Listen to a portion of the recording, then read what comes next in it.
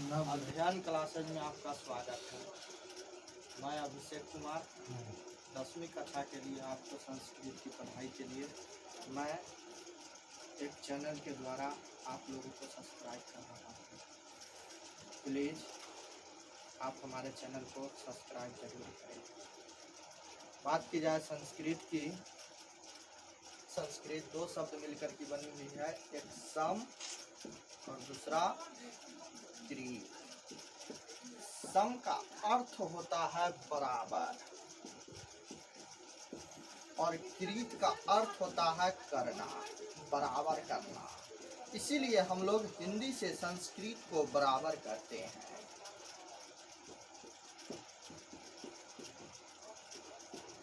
हिंदी से संस्कृत को हम लोग बराबर करते हैं। 10वीं कक्षा के सिलेबस के अनुसार से संस्कृत को 3 पार्ट में बांटा गया है। पहला पीयूषम,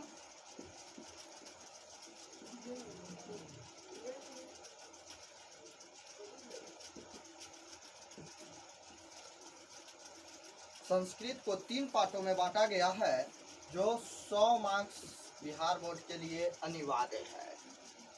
पहला पीयूषम भाग 1,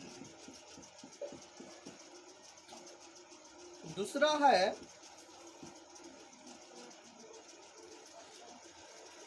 पीयूषम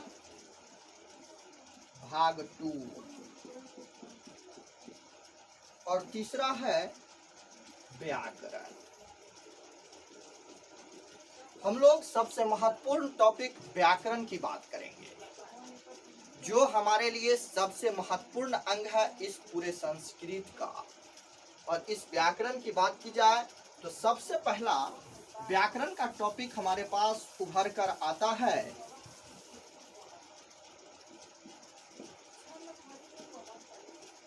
वचन। इसको संस्कृत में वचनम कहते हैं और इंग्लिश में अगर बात की जाए तो नंबर। तो हम लोग पहले वचन की बात करेंगे। तो वचन बताया जो शब्द, संख्या, नंबर सिस्टम, यानी which is called anything other number are called number system. Just like उसी प्रकार से वचन की परिभाषित अगर की जाए तो यानी जो संख्या का ज्ञान दे। वचन यानी संख्या, तो जो संख्या का ज्ञान दे। बताया गया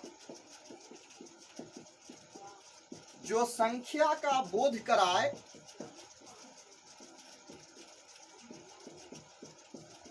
उसे वचन कहते हैं।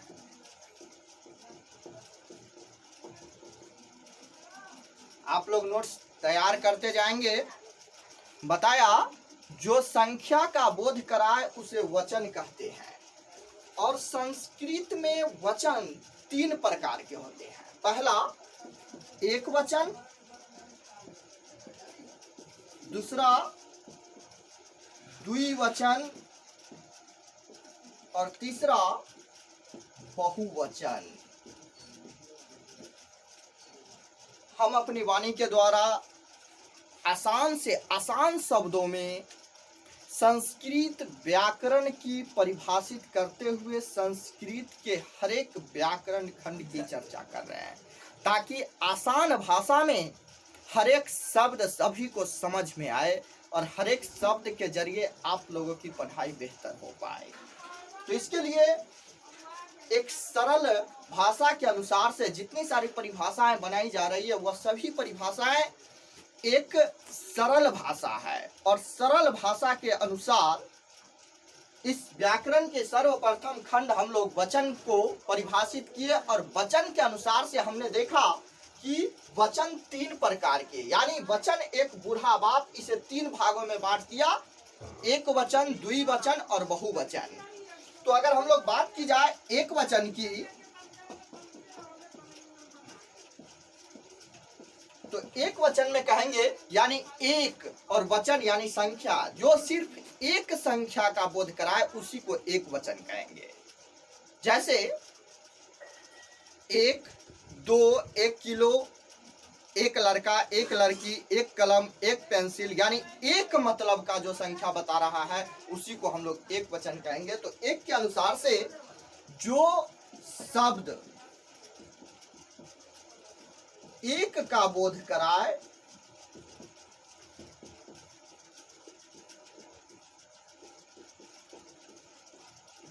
उसे एक वचन कहते हैं।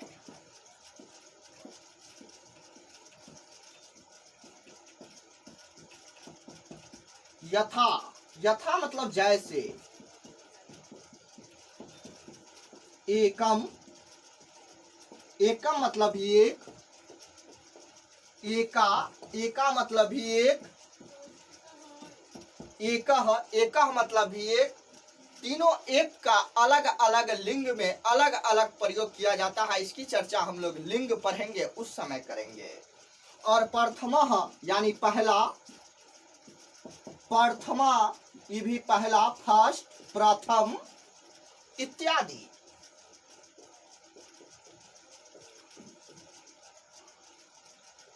बताया जो शब्द एक का बोध कराए, यानी सिर्फ एक का बोध हो, बोध यानी ज्ञान, जो शब्द सिर्फ एक का ज्ञान दे उसी को एक वचन कहेंगे। जैसे में बात की जाए तो एक लड़का, एक लड़की, एक कलम, 1 किलो इत्यादि, यह सभी एक का बोध करा रहा है, इसीलिए यह सभी एक वचन है। बात की जाए द्विवचन की, तो जो एक से अधिक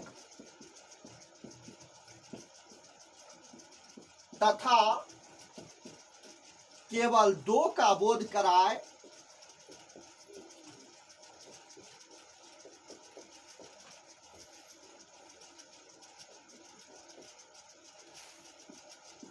उसे द्विवचन कहते हैं।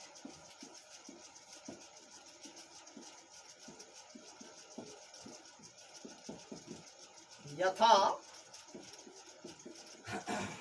द्वि, दो, दो,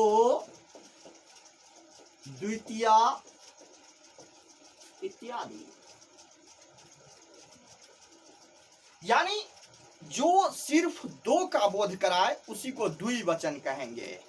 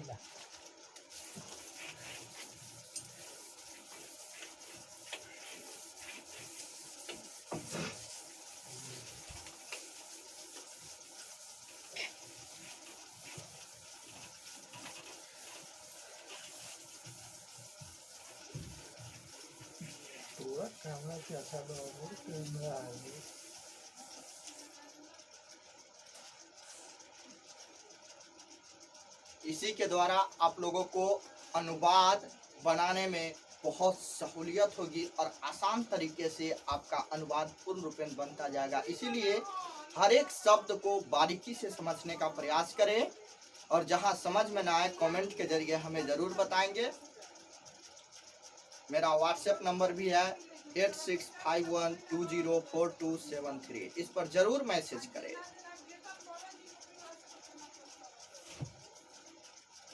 अगला टॉपिक है, बात किया जाए बहुवचन। बताया जो शब्द एक से अधिक, सॉरी 2 से अधिक का बोध कराए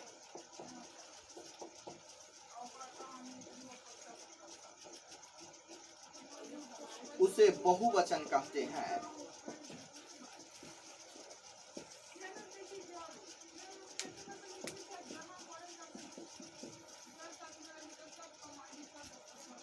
जैसे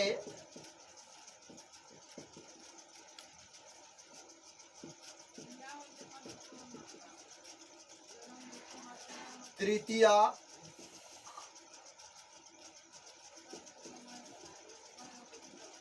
चतुर्थी, त्रयः इत्यादि। ये सभी हमारे थे वचन का पाठ, और यहीं पर मेरा वचन का टॉपिक समाप्त होता है।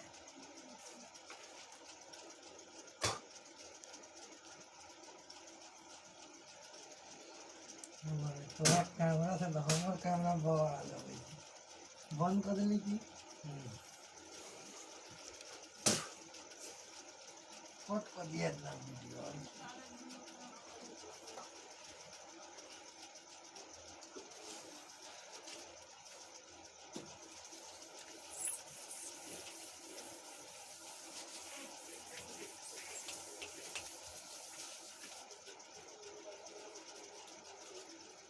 अगला टॉपिक हमारे पास आता है लिंग।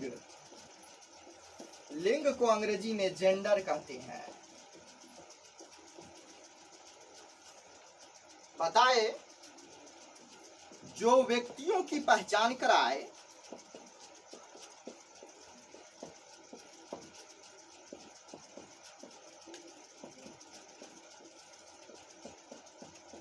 उसे लिंग कहते हैं। मालूम चलना चाहिए कि व्यक्ति कैसा है, स्त्रीलिंग है, पुल्लिंग है, नपुंसक लिंग है, किस प्रकार का व्यक्ति है जो व्यक्ति की पहचान देता है, यानी जो व्यक्ति के बारे में विशेष तौर तरीके से बताया जाता है, उसी को हम लोग क्या कहेंगे, लिंग कहेंगे। लिंग के तीन भेद कौन कौन? तो पहला स्त्रीलिंग, दूसरा पुल्लिंग, और तीसरा नपुंसक लिंग। इसको क्वलिंग भी कहते हैं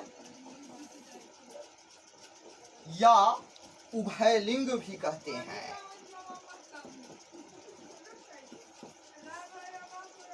नपुंसक लिंग, क्वलिंग या उभयलिंग तीनों एक ही कैटेगरी से है और तीनों एक ही चीज का नाम है। जैसे मेरा नाम अभिषेक कुमार या संस्कृत शिक्षक और किसी अन्य नाम से भी हम लोग जान सकते हैं। इसीलिए जस्ट लाइक उसी प्रकार से नपुंसक लिंग को भी तीन नामों से दर्शाया गया। एक नपुंसक लिंग, दूसरा क्वलिंग और तीसरा उभयलिंग। बात की जाए स्त्रीलिंग की,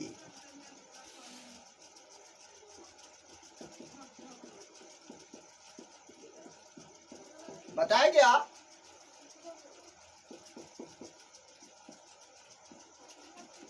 जिसे पूरी स्त्री जाति का बोध हो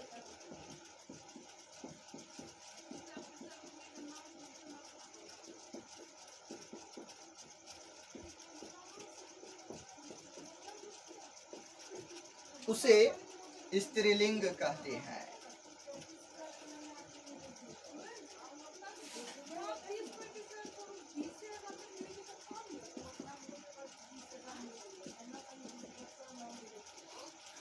जैसे बालिका,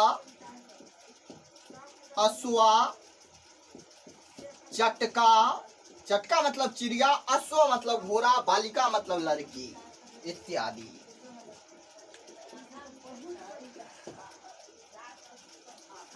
अगला है पुल्लिंग।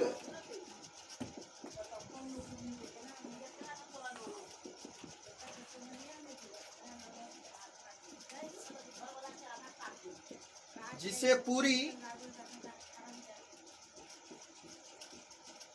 पुरुष जाति का बोध हो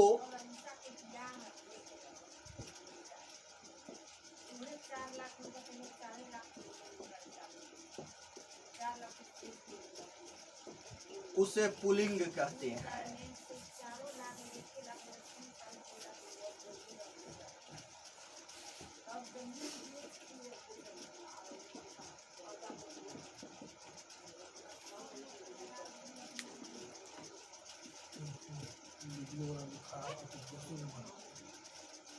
जैसे में यदि बात की जाए तो अश्वः, बालकः इत्यादि। अश्वः मतलब घोड़ा, बालकः मतलब बालक यानी लड़का, यह सभी पुरुष जाति के लिए यानी पुल्लिंग है। अगला है हमारे पास नपुंसकलिंग।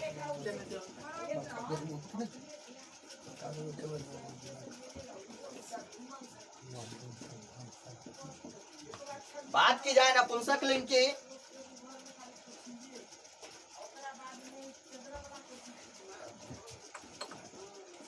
जिसे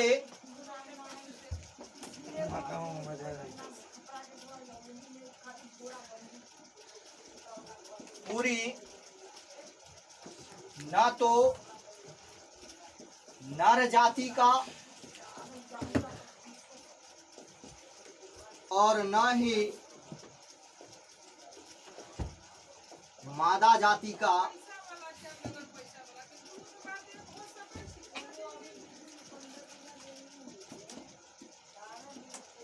बोध हो, उसे नपुंसकलिंग कहते हैं।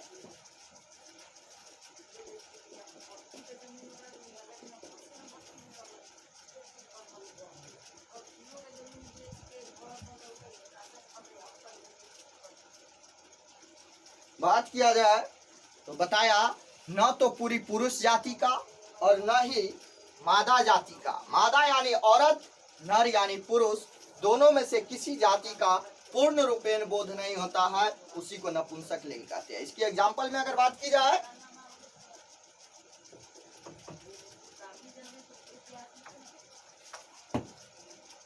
कलमम यानी कलम, पुष्पम यानी फूल, फलम यानी फल, कोना अपना देखिए लाइट मारी था, किन्नर,